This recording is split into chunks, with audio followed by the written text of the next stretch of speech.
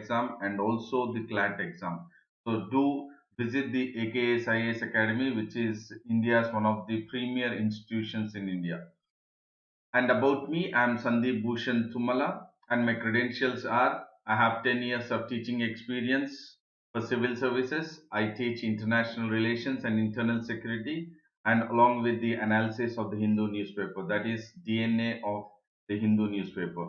And this session will definitely help you to crack prelims and mains examinations because I would be emphasizing on the keywords and the key phrases throughout my lecture in this video, wherein by emphasizing on the keywords and the key phrases, I will make you understand that how we can make sure that we can identify the factual, analytical, and also the conceptual question for the preliminary examination. So it is very important that the emphasis on the keywords and the key phrases will provide you an in-depth insight into how to identify the factual, analytical, and conceptual questions for the preliminary examination point of view. And not only that, I will make you understand the importance of inculcating or imbibing the keywords and the key phrases in your answer writing, which is for the mains examination. So definitely your answer writing in the mains examination should be, and there is a condition that it has to be precise and concise. That means you have to write the answer to the point, and you have a very limited time in the mains examination, so thereby you cannot go round the bush in writing the answer, but it has to be precise and concise. And once your answers will be precise and concise only when you have the habit of imbibing or inculcating the keywords and the key phrases, which we will identify from the newspaper or the news reading and the DNA, that is daily news analysis, and thereby your answers will definitely, will be very, very impressive, and you will score more marks in the mains examination. So thereby my session will definitely help you. That is daily newspaper analysis will definitely help you for prelims as well as mains for both 2020 as well as 2021. And today's session is in regards to the daily news analysis. That is in regards to daily news analysis. That is today's daily news analysis will be done 24th. And I reiterate and re-emphasize my tagline. That is Sandeep Bhushan tagline. That is the need and the emphasis to be done onto the keywords and the key phrases, which are very, very important for you to make sure that your preliminary and the mains examination preparation will definitely be a smooth and a comfortable one.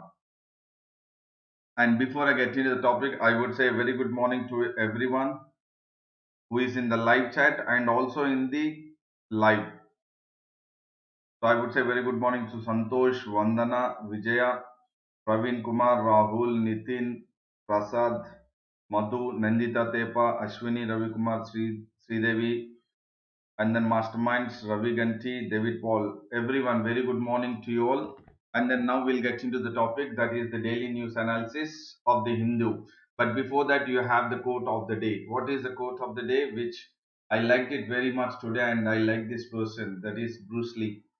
I like this person very personally. I like him very much. And the quote is, as you think, you shall become. As you think, you shall become. So what does it mean? So your imagination, your thinking, your belief, and then the way you actually believe it and you achieve it. So how do you believe and achieve it? You need to have a dream. So definitely, as you think, so whatever you imagine, whatever you think, however you believe, the same will be your result. The result will be the way you think, the way you imagine yourself, the way you believe yourself, and that is how the result will be. That means the end result will be. So that is, as you sow, so you reap. So the same one, as you think, so shall you become. So it's all your imagination and your thinking. So make sure that all this will be or should be positive, should be positive towards your goal. to the end result. And Gopi Nayak has joined. Very good morning to you. Sai Mahesh, Ramesh, Dharawat Manohar. Very good morning to you all. And now I'll start the session, that is daily news analysis. And the news which I have for today is the cases crosses 13 lakh mark, daily deaths over 750. So this is in regards to the COVID-19 death cases or infections. The keyword here is infections or the fatalities, or you can just take it as the other one as the same morbidity, morbidity and mortality. So what do you mean by morbidity? It is nothing but infection. What do you mean by mortality? It is nothing but fatality. Mortality and fatality is nothing but death cases, deaths. So infections and deaths. So this is what it is. Ravikant, very good morning. Satyanarayan Kota, very good morning to you. And the first news is in regards to the cases, infectious cases in India crosses 13 lakh mark. So we have just seen, just 2 days back, we have seen it has touched 10 lakh. 10 lakh 2 days back, and then within 2 days, within 2 days we have seen 1 lakh being added to that. So definitely it is the cause of the concern that the infection cases are increasing in India, and that is what the entire news talks about, that the positive cases are almost 48,962 positive cases, and the deaths are 757. So what is important here is that these cases are increasing and the death cases are going on increasing for the third consecutive day. That means the cases and the deaths in India are crossing the 45,000 marks and 750 marks in regards to the cases and in regards to the death. That is, the cases are infection cases. So if you look at the last 3 consecutive days, the infection cases are crossing 45,000 daily. Please do understand, 45,000 daily. This is last third consecutive day. For the last 3 consecutive days, if you look at, it is crossing that death cases as 750. So what is important? What is the inference? What is the inference that we need to understand here is that yes, there is the infection, the number of cases for infection are increasing. Not only the infection cases are increasing, but the death cases are also increasing, and it is 45,000 for the infection cases and 750 for the death cases. And total cases, as we have seen, it is 13 lakh, that is 13 lakhs 36,874 cases in, what do you say, in toto in India, on 1 lakh in just 2 days. So that means last 2 days, if you look at 1 lakh cases, 1 lakh infection cases. So this is a cause of concern. That means daily at an average of last 2 days, 50,000 are being added cases in India, and that is what it is. And the recovered, as I have spoken, a couple of days back, recovery rate in India is 63.44%. This is very important. That means the keyword here, here I was talking about the keywords is that we need to understand in this news is infection or fatalities or morbidity, or please do also take into consideration comorbidity in the sense, like you have many illness. For example, you have earlier diabetes or heart issues, so you have kidney problem, kidney ailments. So all these are the morbidity, that is you have the issues, health issues, fine. Mortality, and now the recovery rate. So we have seen it last couple of days what the recovery rate is, and now it is increasing. So what is the worry here is, even though the recovery rate is increasing, but active cases are still further increasing. Here recovery rate is increasing and active cases are also increasing. So that is a cause of concern. Please do understand here, the recovery rate is increasing. Recovery rate in the sense what? The one who is infected, by the virus, but recovered after treatment. The one who is infected but who is recovered after treatment is the recovery rate. So recovery rate is number of persons infected and then later on number of persons recovered is 63.44%. That is a good news. But the other one is the active cases are also increasing. That is what the government of India or everyone, I mean you and me, every, I mean normal citizen also has to take the responsibility that the cases are not increasing. That means the spread of virus do not take place virulent. So what is important is just social distancing or following the guidelines of the health ministry is very very important at this moment. So the keywords are infections, fatalities or mortality, morbidity, recovery rate, active cases. Fine. And amongst all this, what is important is that the way the cases have been increasing in Maharashtra, Tamil Nadu is very very important. So Maharashtra and Tamil Nadu are the two states wherein the number of cases, infection cases and the death cases are increasing at a very alarming phase, at a very alarming pace.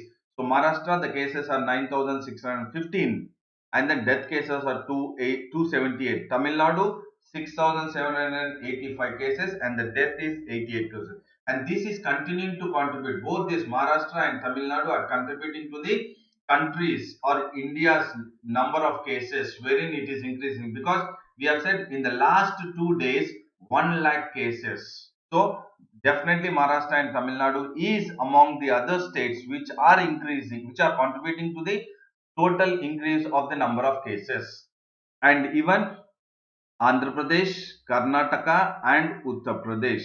Andhra Pradesh, along with Maharashtra and Tamil Nadu. Now, Andhra Pradesh, Karnataka, and Uttar Pradesh definitely are adding substantially. That means a very high number of cases in the overall infection and the fatalities. So, definitely Maharashtra, Tamil Nadu, Andhra Pradesh, Karnataka, and Uttar Pradesh are the states which are contributing a larger chunk to the entire nation's the infection cases and the death cases. Not only infection cases, but both the death cases also. If you look at Maharashtra, Tamil Nadu, AP, Karnataka, and UP, see what is important is now you need to focus one thing, or you need to understand one thing. First, North India was having more number of infectious cases and death cases. Please do understand. But if you look at last 1 week or so, South India is increasing the number of infectious cases and death cases. I don't know how many of you have looked at this kind of, what do you say, analysis.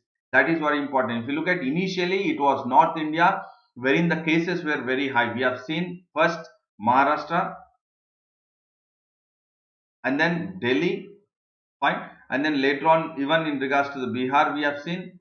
So it was North India, but of late last 1 week or so, South Indian states are also increasing, are also contributing to the overall number of infection cases and death cases to the entire country's number, so that is very important.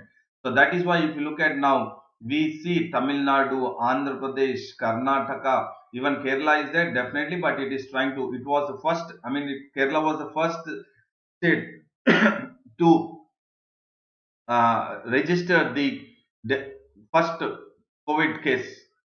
Karnataka, Kerala, and even now Telangana. Telangana is also almost crossed 50,000 and it is around close to 52,000, even Telangana. So if you look at all the states in the South India are almost contributing to the entire fatal infections and fatality cases in India. And the death toll in India, the deaths are in India 31,413. See, this is not really important that we need to look at it, but how the pace, the graph, the trend, how it is increasing is that we need to understand, because that is very very important while you are writing the mains examination. And it stands sixth overall in the world, in regards to the death, and third highest in the daily rise. Please do understand this. India is the third in the world in the daily rise. That is daily the increase of infectious cases is India stands at the third.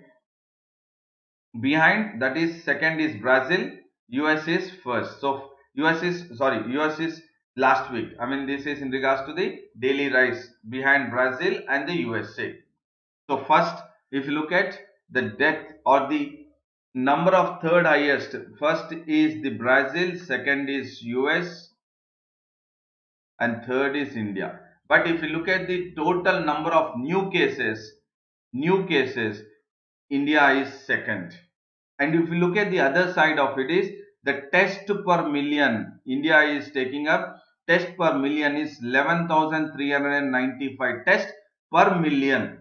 I mean, you are going ahead with how many number of tests per million is 11,395 cases, 95 tests per million population, million population in India. But if you look at the cases, infectious cases 39,000 and the deaths around 1,000. 42,000 and then 730 for India. But if you look at the other side of it, Brazil is 11,933 tests per million. And if you look at the infectious cases are less and then the death cases are higher here. This is very important. This strategy, this analysis has to be taken into consideration. And if you look at, see, Bangladesh, the number of tests per million is very less compared to India. Bangladesh, the number of tests per million population is only 6,244 and the active cases are also less and the death cases are less, and that is what is concerned. See, look at it. India has registered among the highest number of COVID cases, second highest, and death it is the third last week.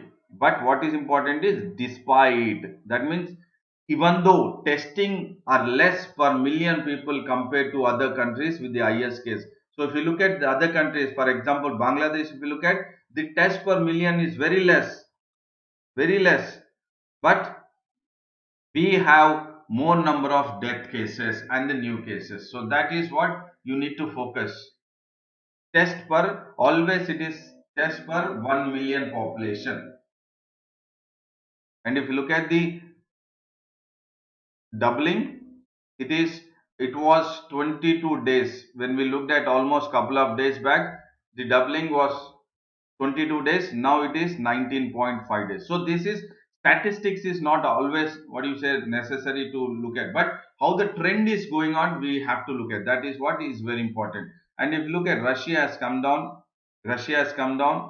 South Brazil is increasing, India and US, definitely they are all at the top three. Russia was also there, but it has come down. Italy was there, it has come down. Spain was there, it has come down. So definitely the developing countries, that is, if you look at India, Brazil, South Africa, and then Mexico, part of the BRICS countries. If you look at all this, please do understand here a point I'm making here. BRICS countries, Brazil, India, South Africa, Mexico, I mean Russia, and then China. Apart from China, if you look at the BRICS countries are part of the almost top 10 in the countries in the new cases and the death cases. And now I'll get into the next topic.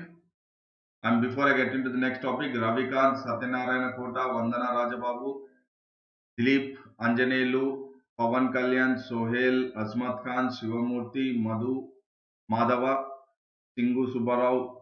Very good morning to you all. And now I'll get into the next topic, which says India invites Israel defense companies to strengthen ties. So here again, what is important is that we need to look at the keyword here. What is the keyword here? We need to focus in this news item is new liberalized foreign direct investment. This is the one which is very important, and that too in in defense. So it is the new liberalized foreign direct investment in defense, India. So India has gone ahead with introducing, or it has gone ahead with having the participation with Israel defense companies. So it is having the participation with the Israel defense companies under new liberalized foreign direct investment. So the foreign direct investments is also now with the defense or in the defense sector. Please do understand, foreign direct investments is in the defense sector, that is new liberalized. So what is the new liberalized foreign direct investment?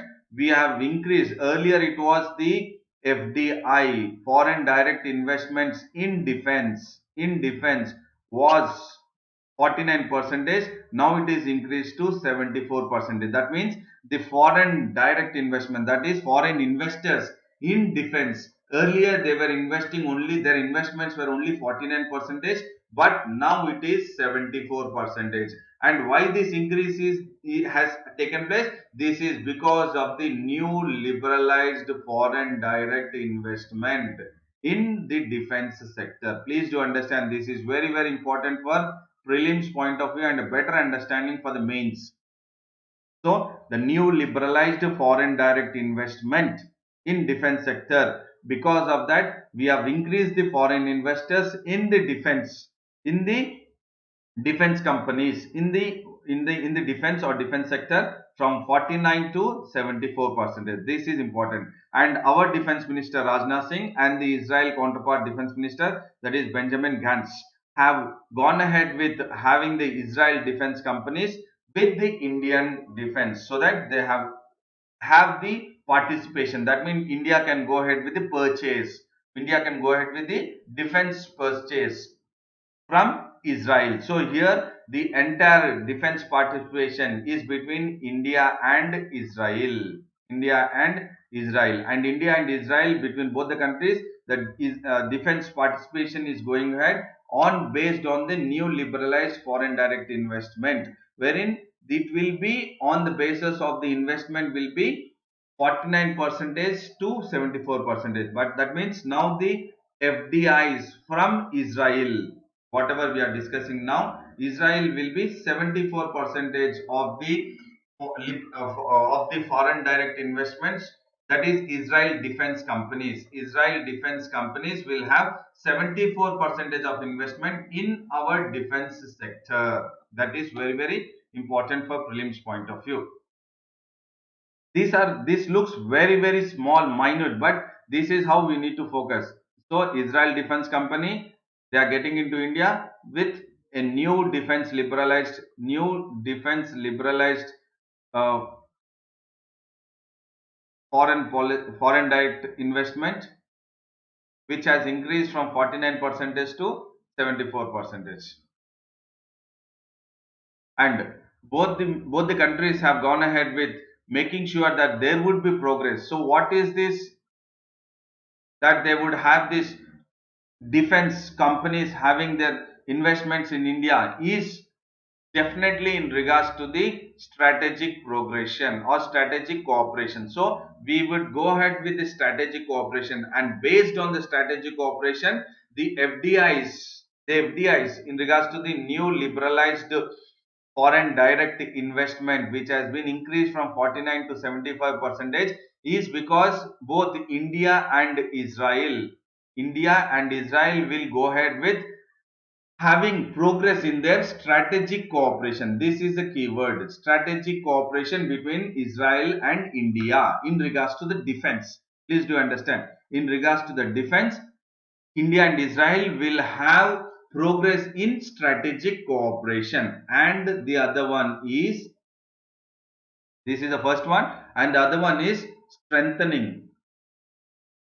First one is progress in the strategic cooperation. The other one is strengthening the defense engagement. That means between both the countries, defense engagement will be strengthened. So these two are the keywords. First is the progress of strategic cooperation, this first one, and the second one is the strengthening of the defense engagement. And these two keywords are very very important for prelims as well as mains, your conceptual and application part of it, that is between India and Israel defense cooperation, strategic cooperation, strengthening of the defense engagement. Why I am saying so is, please do understand, why I am saying is these keywords, strategic cooperation or defense cooperation, or in regards to the defense engagement, here I am talking of progress, fine, here I am talking about strengthening. So these are the keywords which are very, very important that you need to mention in your answer. Please do write it in your notebook. Now, while you are listening to my lecture, please do make a note in your notebook.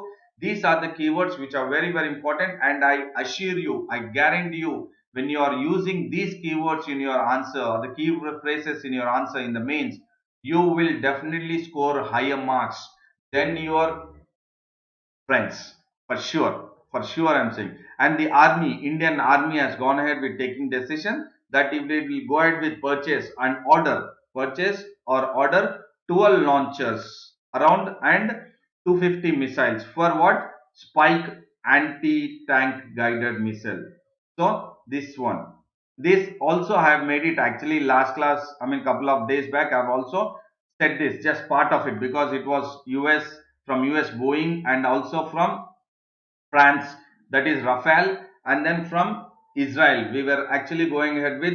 The army has given, our army has got the permission from the Defense Acquisition Council, DAC, that the army itself, Defense Acquisition Council, has given permission for the army to speed up the procurement process. Procurement in the sense purchase of, procurement in the sense purchase of the defense or defense equipment or fighter jets. It could be fighter jets or missiles, or it could be in regards to the submarines, anything.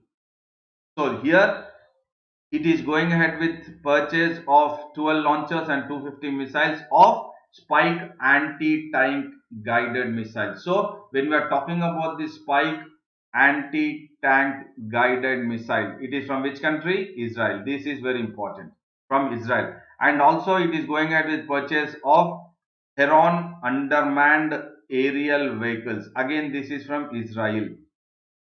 All these points are very, very important for prelims point of view. So Heron undermanned aerial vehicles is from Israel. So this is the Spike anti-tank guided missile. This one, wherein India is going ahead with purchase or ordering and purchase order with Israel, and this is a unmanned aerial vehicle. This is Heron unmanned aerial vehicle. So this is important because extremely sorry. Why this is important is the way we are having the skirmish or the kind of border issues between India and China along the LAC. Look at the way we are going ahead with speeding up of purchasing orders or the defense or the fighter jets or the missiles, launchers, or in regards to the rifles we have seen, or F-18 from US, from Boeing. So all this is happening at a very faster pace when there is a kind of tension between India and China along the LAC. So our army, that is why here also the army has already taken a decision, and this is through a emergency procurement route. Please do understand, this is through an, all this is happening through emergency procurement route. Why I am saying this emergency? Because as I said, all this procurement in the sense purchase, buy, procurement is purchasing or buying of this defense equipment is happening emergency, through an emergency procurement route. This is very important keyword.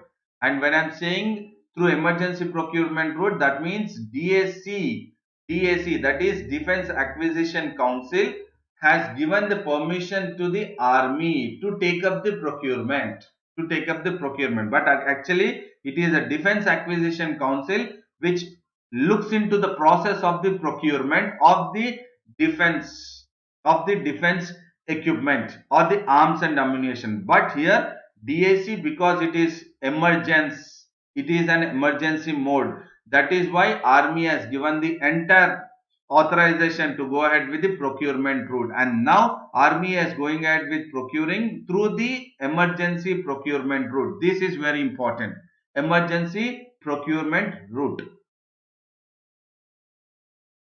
Please do understand for prelims and mains point of view.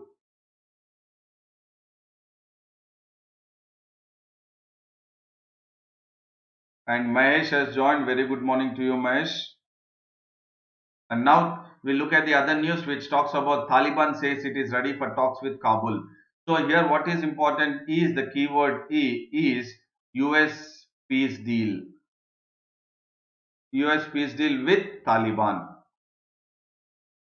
US peace deal with Taliban. Here the keyword what we should focus in this news is the US peace deal with Taliban. So definitely there is or there was a peace deal between US and Taliban. US and Taliban. So Taliban, when we are talking about Taliban's in Afghanistan, in Afghanistan. Fine. So we know that now, I mean, we have seen that US peace deal has taken place between US and Taliban.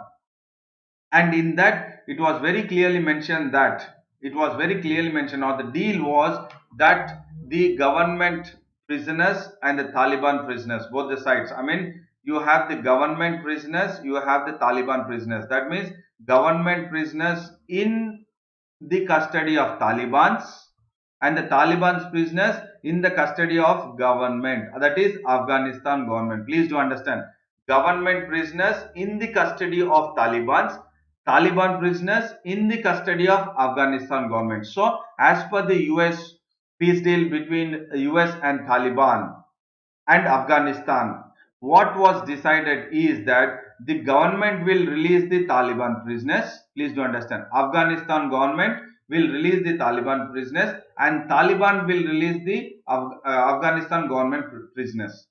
In turn, that is, it is swapping, releasing of the prisoners, because we have seen there was lot of fight between the Taliban and the Afghan government or Afghan military in the past. Fine. So we have seen why this, because 2001 we have seen the twin attack, I mean twin tower attack.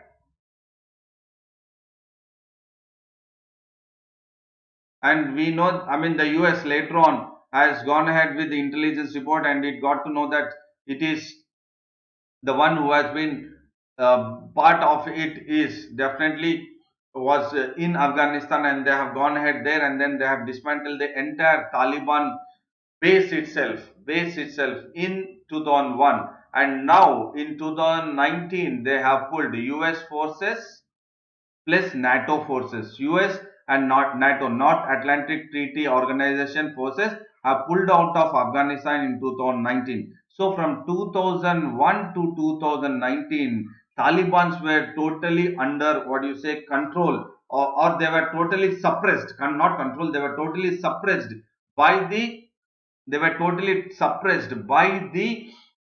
US forces and NATO forces. But once US and NATO forces have decided that they will move out of Afghanistan, from 2019 onwards, again Taliban started their resurgence. Resurgence in the sense they started again trying to go ahead with the lot of attacks onto the minorities and to the Afghan military and to the Afghan government or Afghan military, and thereby there was a deal between US and Taliban and Afghanistan government that in this deal the prisoners, whatever the prisoners, that is the government prisoners in the Taliban custody and Taliban prisoners in the government custody will be released, and in the process they have created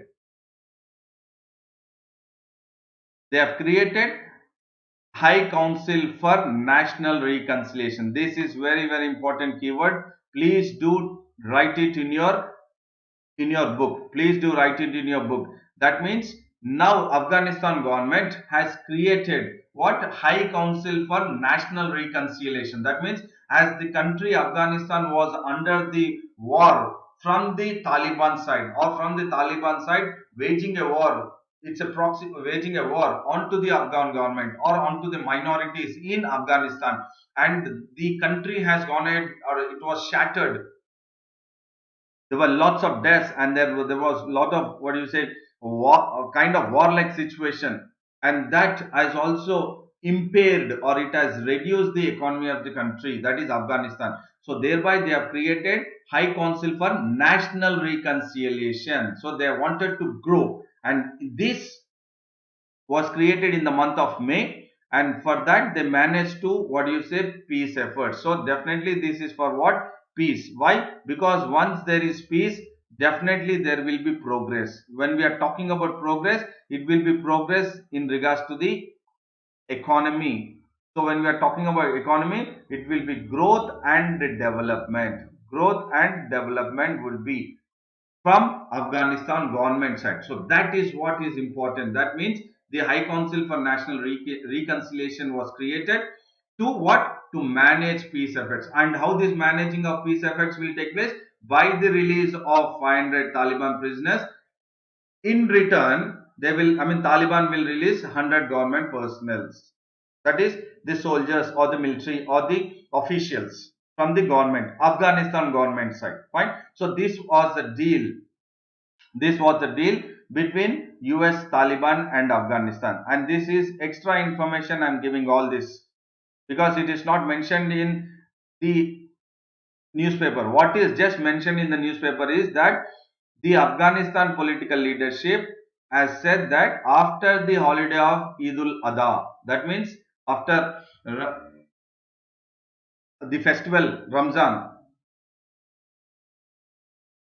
at the end of July, they will go ahead with the offering of the or release of the prison. That is only news, but have taken in regards to the entire background, And this prisoners exchange is our ahead of talks, and this prisoner exchange, this keyword is critical part of the deal. You can write it, you can take these keywords in your answer. So what is the critical part of the deal between US and Taliban? Is the prisoner exchange. Prisoner exchange is the critical part of the deal. And there is one person, that is special representative. There is a special representative, that is US special representative for Afghanistan reconciliation. Please do understand, I have said here what is that? The High Council for Afghan Reconciliation, which was created in May. Why? Because you have to you have to make sure that Afghanistan is back on track, back on economy. People are happy. There is a peace. There is not war-like situation in Afghanistan between Taliban and the Afghanistan government or Afghanistan military. And from US, the special representative for Afghanistan reconciliation. Please do understand this key phrase. Key phrase. US special representative for Afghan reconciliation is Zalmay Khalilzad. And what he has said is, here what is important is India's role.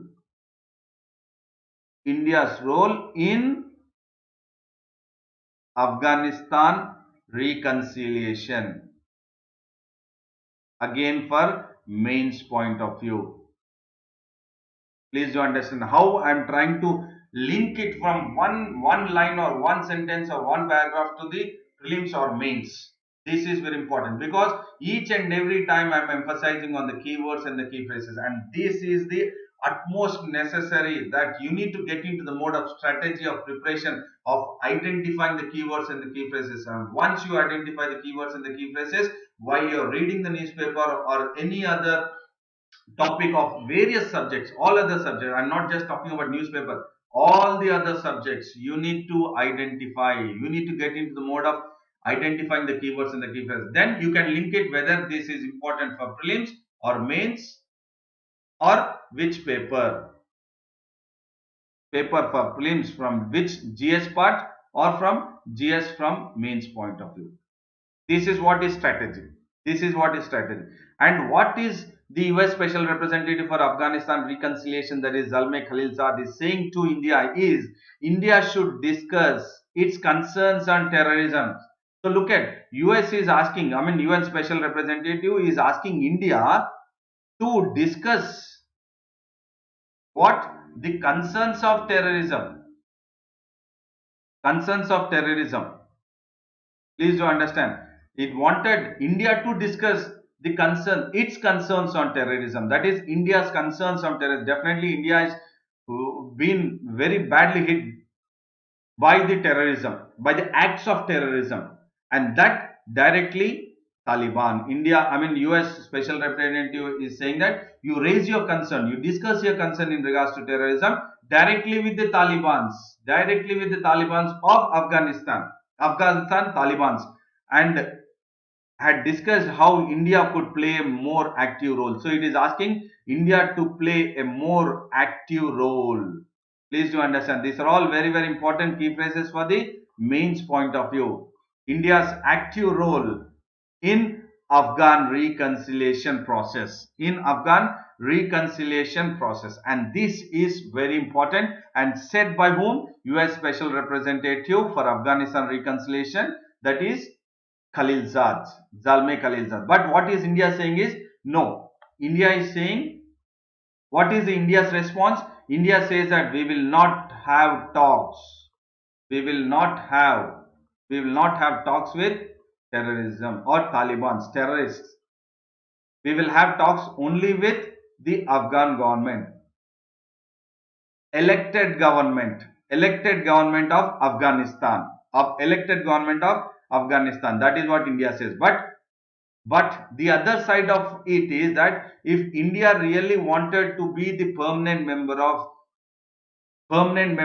I'm saying permanent member, if India wanted to be the permanent member of UNSC, so there in that situation or in that capacity as the permanent member of UNSC, permanent member, not PM, permanent member of UNSC, India has to take an initiative in trying to talk directly with the terrorists or terrorists to have a peace or to evolve peace. So it is very important that India takes the initiative or the encash what US Special Representative or even Donald Trump has also made it very clear that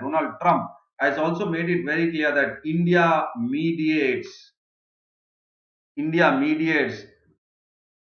in the Afghan reconciliation with the Taliban's, and US wanted Pakistan, Pakistan, and Afghanistan. All three of them come together and resolve the issue of Taliban's in Afghanistan. This is what even Donald Trump, US President Donald Trump has made a statement. So what is important is, yes, India should go ahead with taking an initiative of talking to the terrorists, because India always says that talks and terror cannot go together. India always says that talks and terror cannot go together. Cannot go together. What India says is, if you wanted talks, you shred, you remove, you leave the terror acts and then come, we will go ahead with the talks.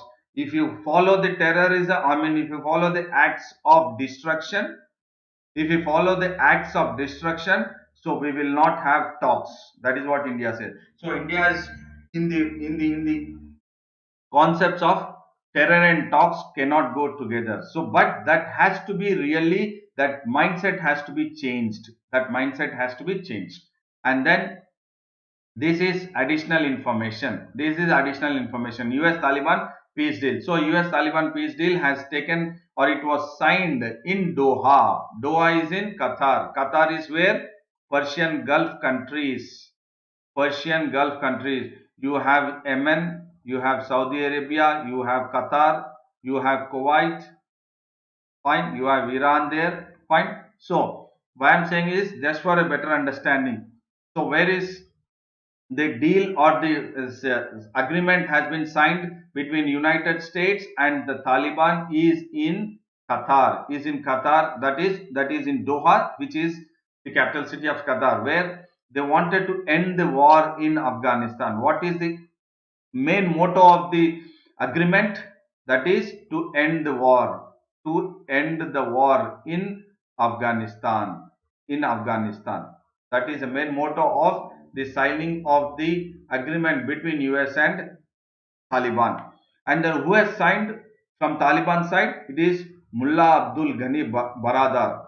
So the one who has signed on behalf of the Talibans who have signed is Mullah Abdul Ghani Baradar. And from the US side is US envoy, that is the special representative, US special representative for Afghan reconciliation, that is Zalmay Khalilzad. So from US side, the US envoy Zalmay Khalilzad has signed the document, and from Taliban side it is Mullah Abdul Ghani Baradar. You can see this image. This image very clearly says that there is the sign of agreement, that is US Taliban agreement. So he is Mullah Abdul Ghani Baradar, and this person, as I said, Zalmay Khalilzad, and the US Secretary was also present, Mike Pompeo. And then this deal is generally called as not only US, I said US Taliban deal or peace deal. It is not only this, but it is also called as Baradar Khalilzad Pact. Why Baradar Khalilzad Pact? Baradar is what? The one from Taliban, that is Mullah Abdul Ghani Baradar, and then Khalilzad is from the US envoy, that is Zalmay Khalilzad. So it is also called as Baradar Khalilzad Pact. So this is again important for prelims point of view. So where was the deal taken up? In Doha, Qatar on February 29, 2020 between Abdul Ghani Baradar and then Zalmay Khalilzad. And then the deal or pact is also called as Baradar Khalilzad Pact. So this is an additional information which I have given, that is US Taliban peace deal. And the other news is that no business as usual with China. No business as usual with China. That is what the news is about. And then why? Because we have seen yesterday also that the Ministry of External Affairs or the spokesperson of Ministry of External Affairs, Anurag Srivastava, has made it very clear that China is not going ahead with disengagement. I said this yesterday, there's two keywords which I said it is very important: disengagement and de-escalation. So both together is disengagement plan. So this is the disengagement plan which India and China had based on or the outcome of diplomatic level talks or military level talks and special representative level talks.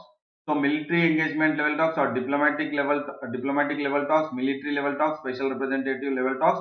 What has come up is that the disengagement plan has come up. So what is this disengagement plan? That de-escalation and de-engagement of the troops will take place between India and China along the LAC. But what the Ministry of External Affairs, the spokesperson of Ministry of External Affairs has said that China was not sincere. China was not sincere about the disengagement and de-escalation process.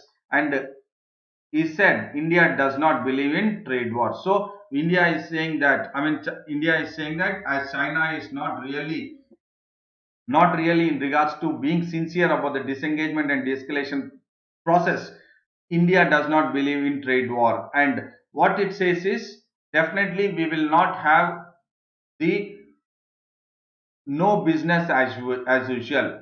No business as usual. So definitely there will not be any kind of uh, trade between. There will not be not a kind of trade war. There will not be a trade war. India does not believe in any trade war. The way US and China, we have seen the trade war between US and China, but it says that Indian envoy in Moscow has made a statement that India does not believe in trade war, and it says that India's engagement in regards to the BRICS, in regards to the RIC, in regards to the scope, that is Brazil, Russia, India, China, South Africa, multilateral forums. So wherever the multilateral forums are there, India says that we will engage. We will engage. That means there will not be no business as usual. That means there will be business as usual. And India does not, believe in the trade war. India does not believe in the trade war. Well, that is what India says. And India says that we will engage in the multilateral forums. That is with the BRICS forums, regional or Russia, India, China, and then Shanghai Cooperation Organization. So all the multilateral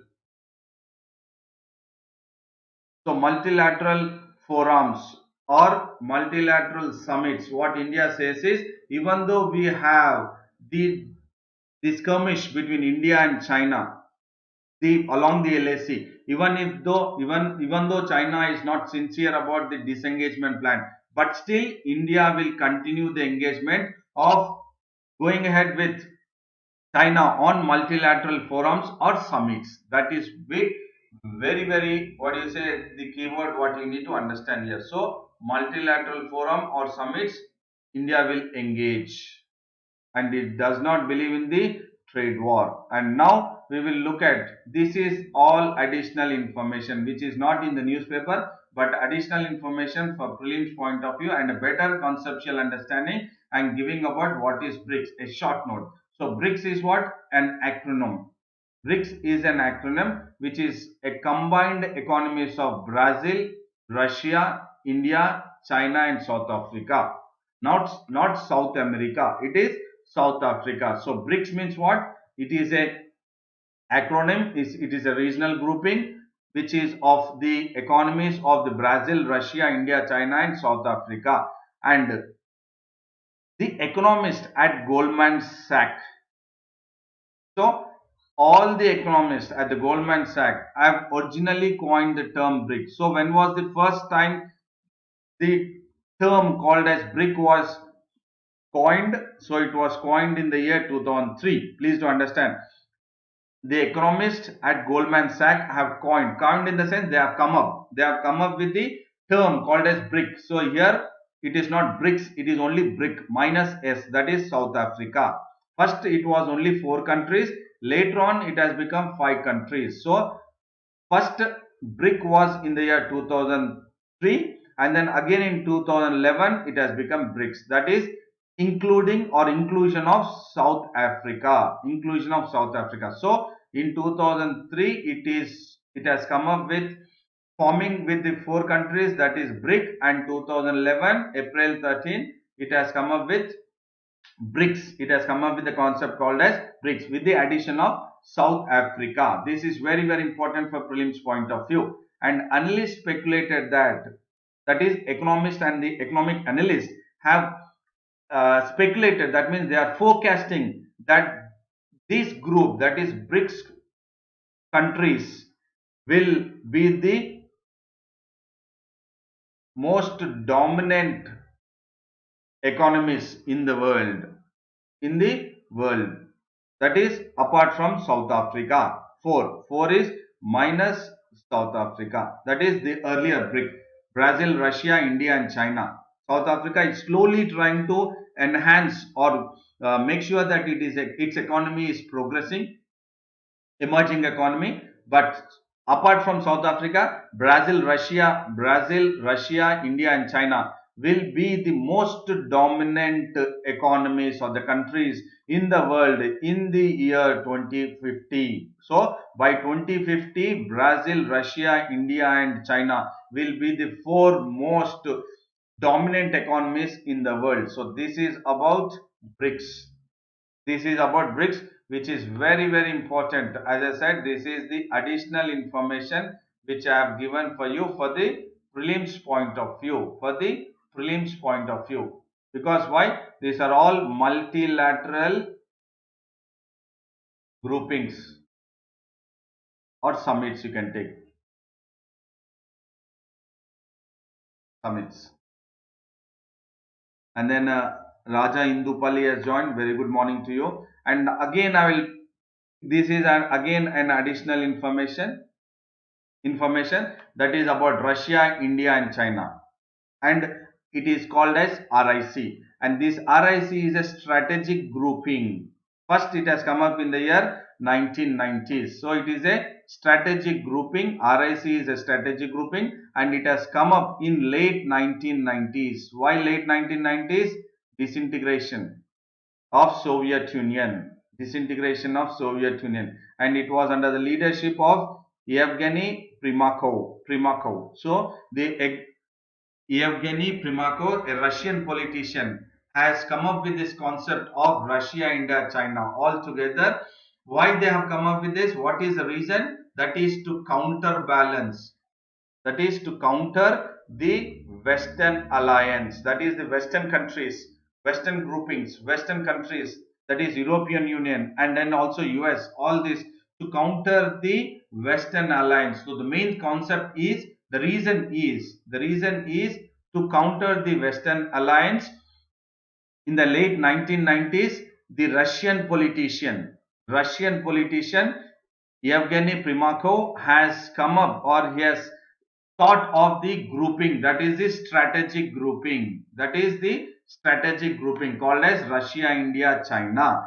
And this has actually come up, the concept has actually developed. Why? Because they wanted to end what they wanted to end, the foreign policy, or US foreign policy.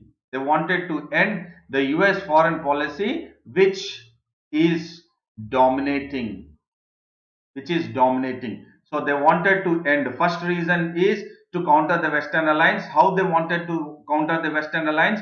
To end the subservient or the dominating foreign policy, which is guided by the US.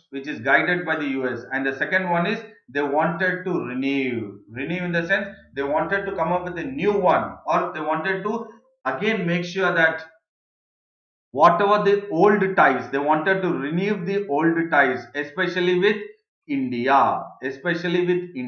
And the third one is to foster in the sense like to increase or to develop what?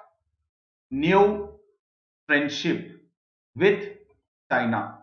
Please do understand, these are very very important conceptual. I'm giving you the conceptual analysis or understanding why the RIC has come into the existence itself, because of the Russian politician Primakov in the late 1990s. It is a strategic grouping. Why? The reason is to counter the Western alliance. How to counter? How?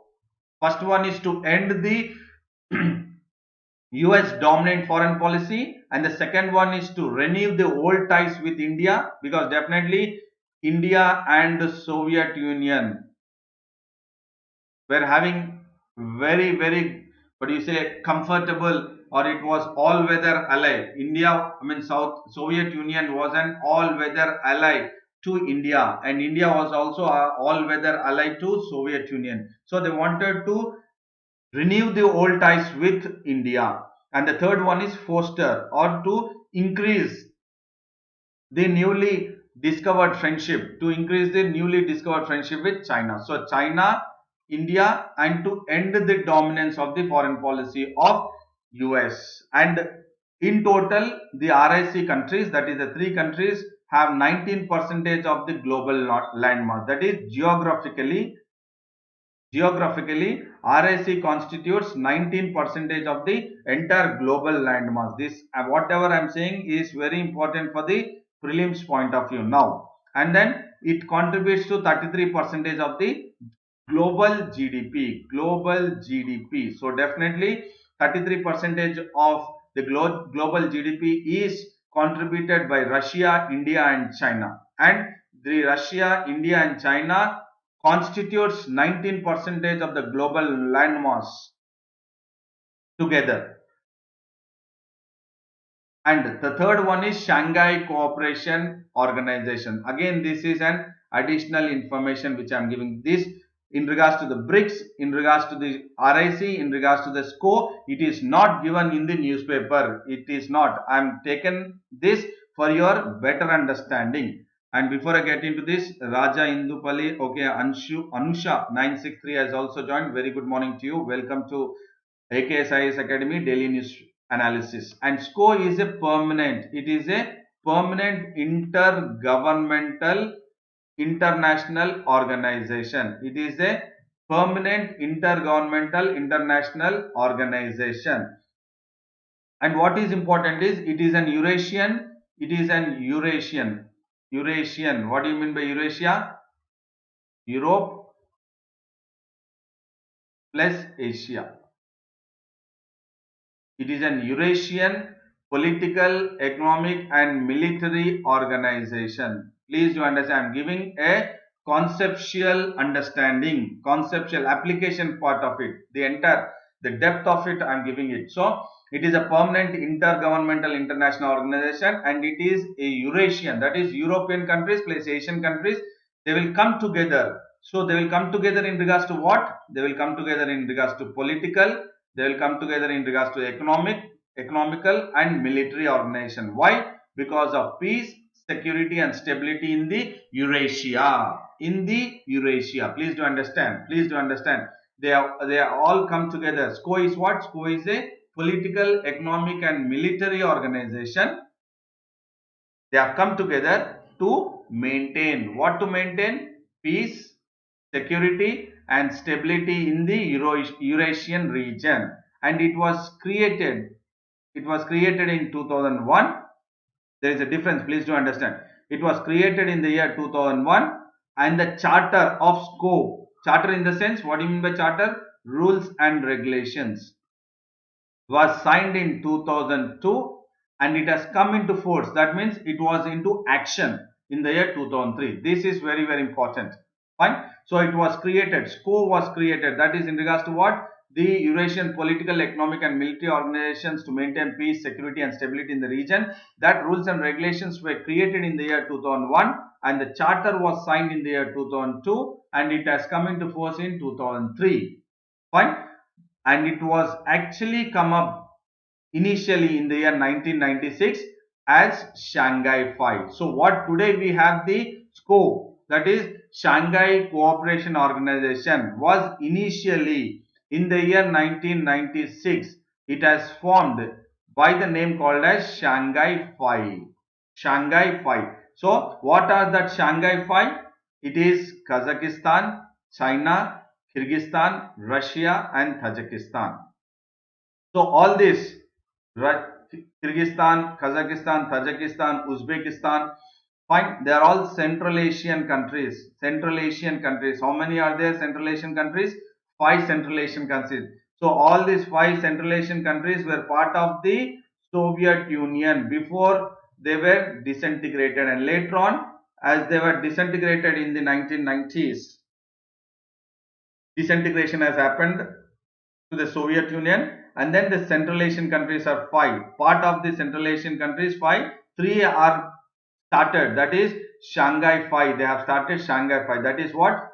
Kazakhstan, Kyrgyzstan and Tajikistan. Central Asian countries. Apart from that, China and Russia have come together.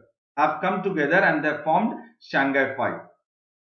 Why? They wanted to make sure that, especially they wanted to focus on border demarcation. Border, that means their focus was on the border between Russia, China and Central Asian countries and demilitarization.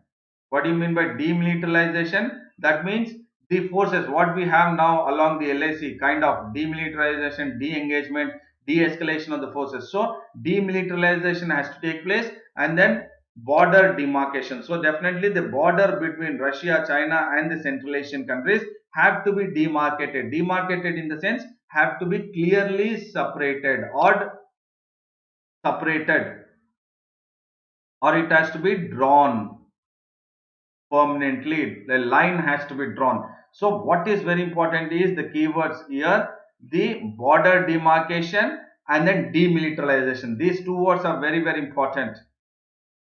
Border demarcation. Why it has actually come up Shanghai 5? Because they wanted that there should not be any kind of tensions between the countries, that is Russia, China and the Central Asian countries, and for that border demarcation, that there should be a clear demarcation of the boundary between the countries of Central Asian countries, Russia and China, and then there should be demilitarization. Soldiers should be demilitarized. Why? To have or to ensure stability along the borders. And later on, see, as I said, in 1996 Shanghai 5, and then later on in 2001 Uzbekistan has joined. And then it has, the Shanghai 5 was named as SCO. So in the sense, Shanghai Cooperation Organization, and India and Pakistan have become the members of in the year 2017. Earlier, India and Pakistan had observer status. Please do understand.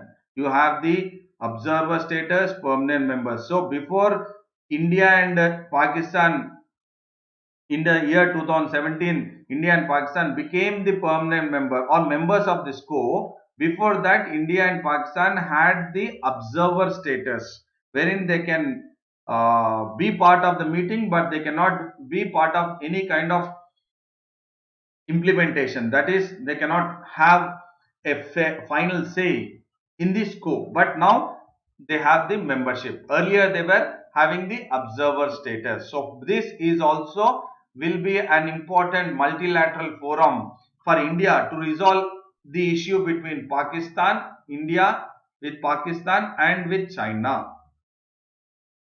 Pakistan and China. So what is important is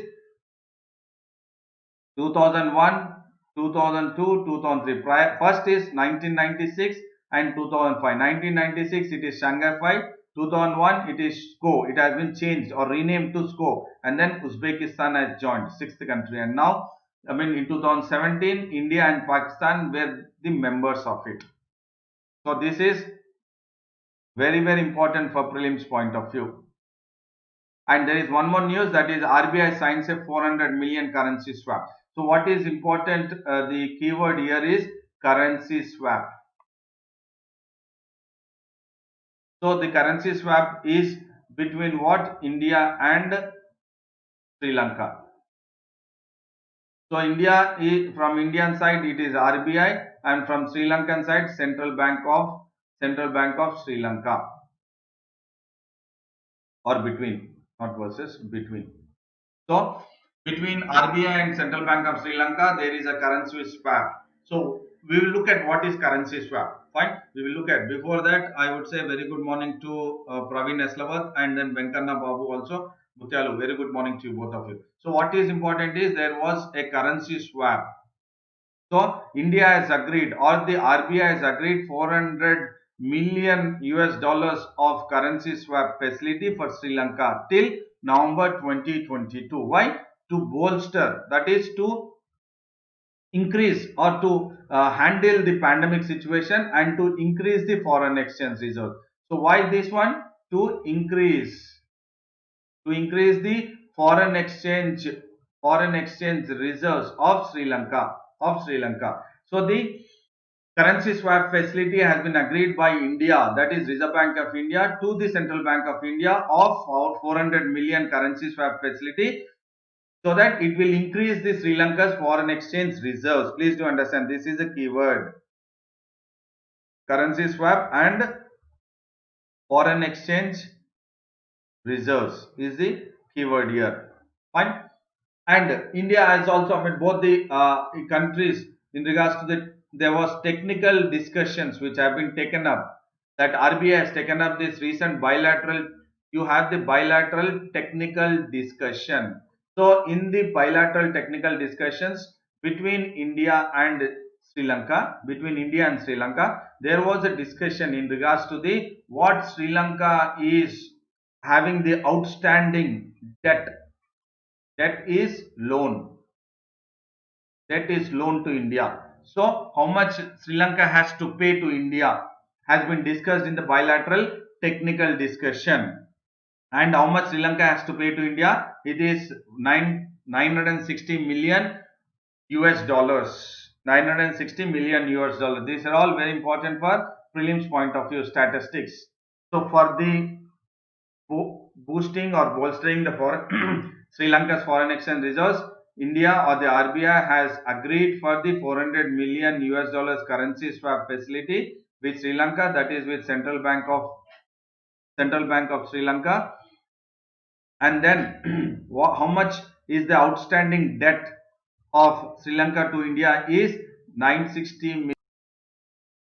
And both countries have gone ahead with the webinar on deepening economic collaboration. This is very important, deepening economic collaboration. So definitely in regards to the economic diplomacy, economic diplomacy, economic diplomacy between India and Sri Lanka, between India and Sri Lanka. So part of the economic diplomacy, the deepening economic collaboration between India and Sri Lanka has been organized, and a webinar has been conducted, and it has been conducted or organized by FICCI, that is Federation of Indian Chambers of Commerce and Industry, and then Lakshman Kadirgamar Institute of International Relations of Strategic Studies from Sri Lanka side. So FICCI from India side, and from Sri Lanka it is LKIIRSS.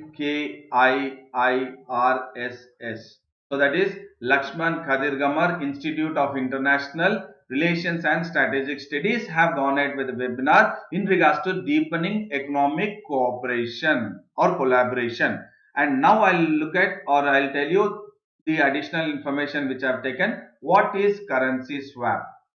So this is the additional information. Okay, before that, Gopinath sir, who was the supervisor to RBI in India to currency note printing? See, in regards to the currency note printing, it is the, what do you say, government of India will decide. It is the government of India will decide. It is again here when I am saying Prime Minister, RBI chief, or Finance Minister, and then overall they will take a decision, because we have seen the kind of national lockdown which has taken place. Because of that, the economy was totally dwindling. So there was a situation, many of the economists have also thought now is a necessity to print the currency, but printing the currency reflects the wealth wealth condition or financial condition of the state or a country is deteriorating.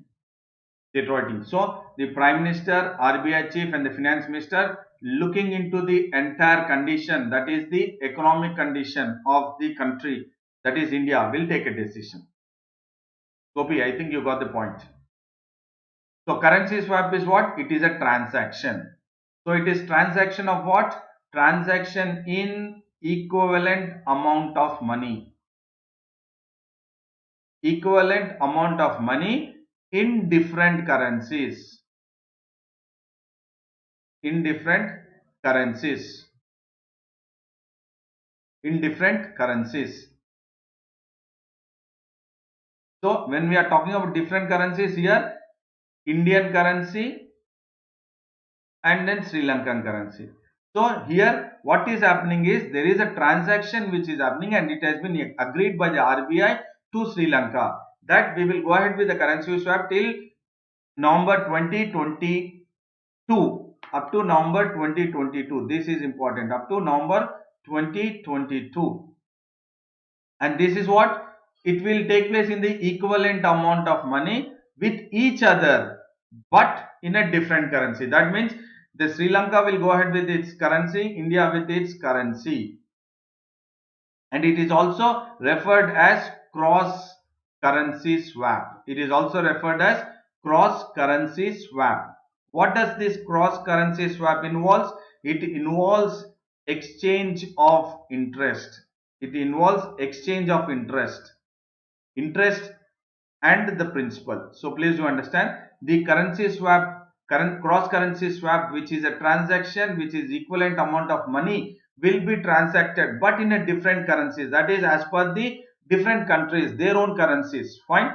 And that involves what? The interest and the principal, both. It involves cross currency swap, it involves interest plus principal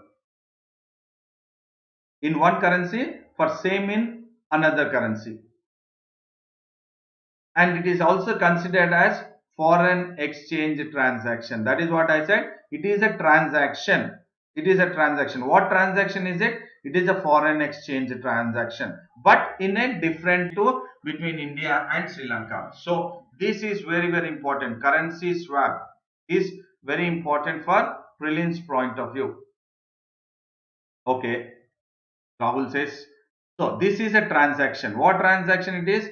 foreign exchange transaction, and this foreign exchange transactions takes place, or it is what it is, it takes place, or this exchange takes place as equivalent amount of money. That means whatever is been discussed, that is if we are talking about 400 million US dollars. So the same 400 millions of US dollars equivalent, please to understand, equivalent Sri Lankan currency which is equal to 400 million US dollars amount will be transacted, and that is foreign exchange transaction. That is why we call it as at different currencies. Why different currencies? Because of that particular country's currency. Here in this case it is Sri Lanka. And when we are talking about this cross currency swap or currency swap, this here the calculation is in regards to the interest plus principal. The calculation is in regards to the interest plus principal, but wherein the interest is fixed. So once interest is fixed, definitely principal is also fixed, because that is what the currency swap is done. So this, I think now Rahul you have understood. And why this is all taken up? Because of we wanted to deepen the economic collaboration. India and Sri Lanka, they have gone ahead with this. I mean, one of the measure, that is currency swap. Currency swap is a measure for deepening economic collaboration between India and Sri Lanka. India and Sri Lanka. How this help is, that is what I am saying. It is in the equivalent amount. So they will not be, I mean, that will not be based on India. If it is India, again the amount will be less, or Sri Lanka it will be more. So the currency swap, they can use Indian money, Indian amount involves the exchange of interest. So they can use that. So if the currency swap is, the value is what you say less or high, so there it is helpful. I think Ashwini has got it. Because whenever the value of, if suppose 400 million US dollars in Sri Lanka is, or in India is X rupees. So in US it could be X plus 1. So when you do it currency swap, it is in the different currency. That is, it will happen, it will be X plus or it will be X minus 1 as per the situation there. So thereby what it will help, how it will help is, it will boost the foreign exchange reserves. Please do understand. How it will help is, it will boost, it will increase the foreign exchange reserves. Foreign exchange reserves. I think you got it, Ashwin. So the question now here for the mains is, in the 1992, this is again in regards to the polity. In 1992 judgment, as we have seen, this is based on the Rajasthan constitutional crisis. Rajasthan's constitutional crisis, the 1992 judgment, that is a Kyoto Olohan judgment, while upholding in the sense supporting. Upholding means supporting the validity of the 10th schedule to the constitution.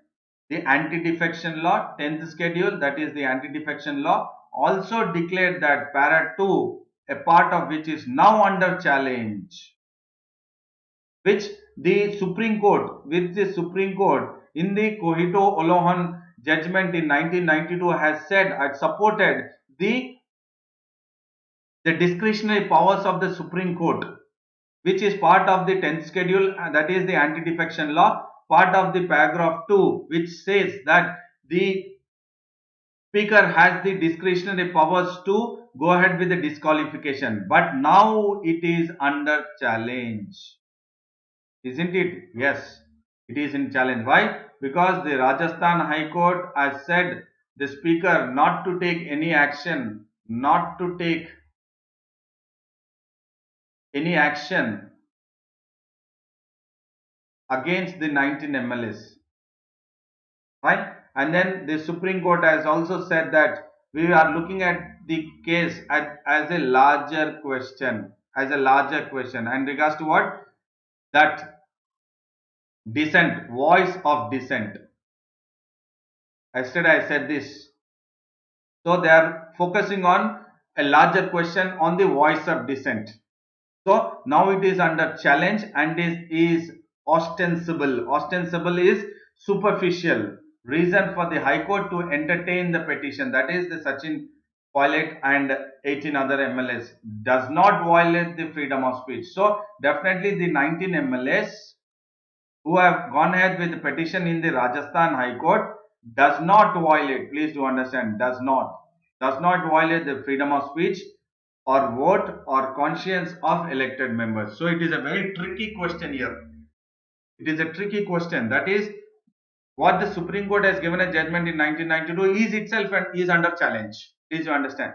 The 1992 Supreme Court verdict judgment in Kyoto Luhan is itself under challenge. Is itself under challenge. Fine. And is superficial reason for the High Court to entertain the petition. What the petition is doing? Petition has filed and he has filed based on the freedom of speech, freedom of vote, freedom of conscience of elected members. Elected members. Yeah, elected members. So discuss. So there is lot in it. There is lot in it. Please do understand. This is for the mains examinations. Again, GS paper 2, it will be useful. So the 1992 judgment itself now is under challenge. Under challenge for the High Court to entertain the petition. And the petition is what he is doing? He does not, please understand, does not violate the freedom of speech, the vote or the conscience of elected members. So there is, how you would write it is very important. So we have discussed at length, what you say, couple of days or 3 or 4 days in regards to this. Fine. And we have discussed in regards to the SNT, science and technology, that is the keywords: morbidity, mortality, infections, fatality. Fine. And here in regards to the defense, that is national security. In regards to the national security, we have discussed here. And then here in regards to international relations, current affairs. And then here again in regards to, we have discussed multilateral summits or forums, which is again very important for current affairs. And then here again in regards to the economy, we have discussed. So we have discussed at length, which I hope it was very helpful for you in regards to the prelims as well as mains examination. So I would say a very big thank you and a good luck. A very big thank you and a good luck. And then do like the video, share the video and subscribe the video. And then visit the AKSIAS.com website, that is Advanced Knowledge System IAS Academy. You can also be part of the Telegram link, that is t.me/AKSIAS, and my Telegram link is t.me/Sandeep SPT. And then I would see you tomorrow, not tomorrow, see you on Monday. See you on Monday at 7:30 a.m. And I would say, please stick to your consistency, stick to your schedule, maintain consistency, stick to your schedule, and then take care of your physical health and mental health.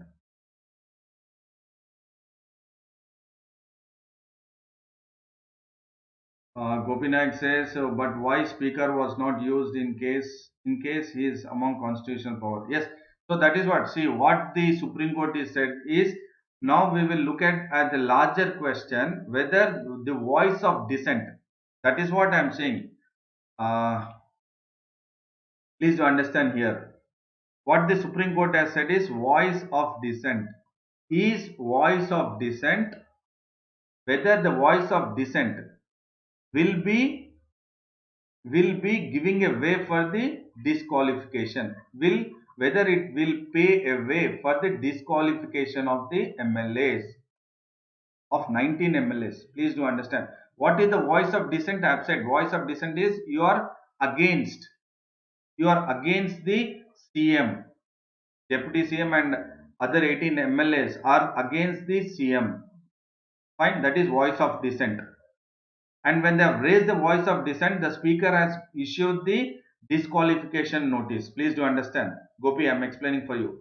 Has gone ahead with issuing the disqualification notice to the 19 MLAs. And that is what the Supreme Court has said. Supreme Court has said that it is looking at the larger question. Larger question on what? Larger question on voice of dissent. Voice of dissent. Whether the voice of dissent, whether voice of dissent is paving way to the disqualification.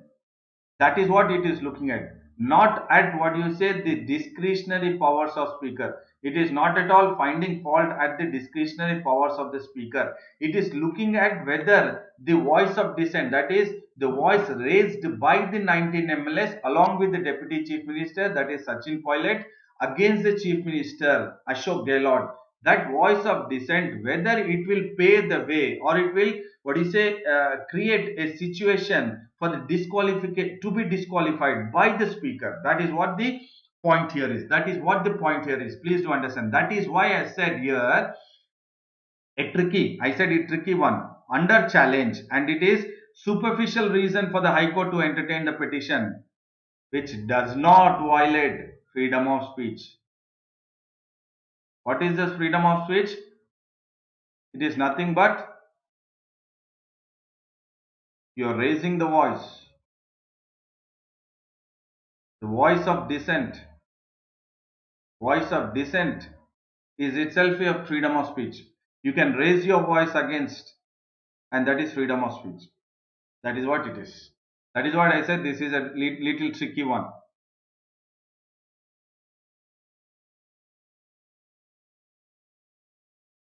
Fine. So I would say a very big thank you to all.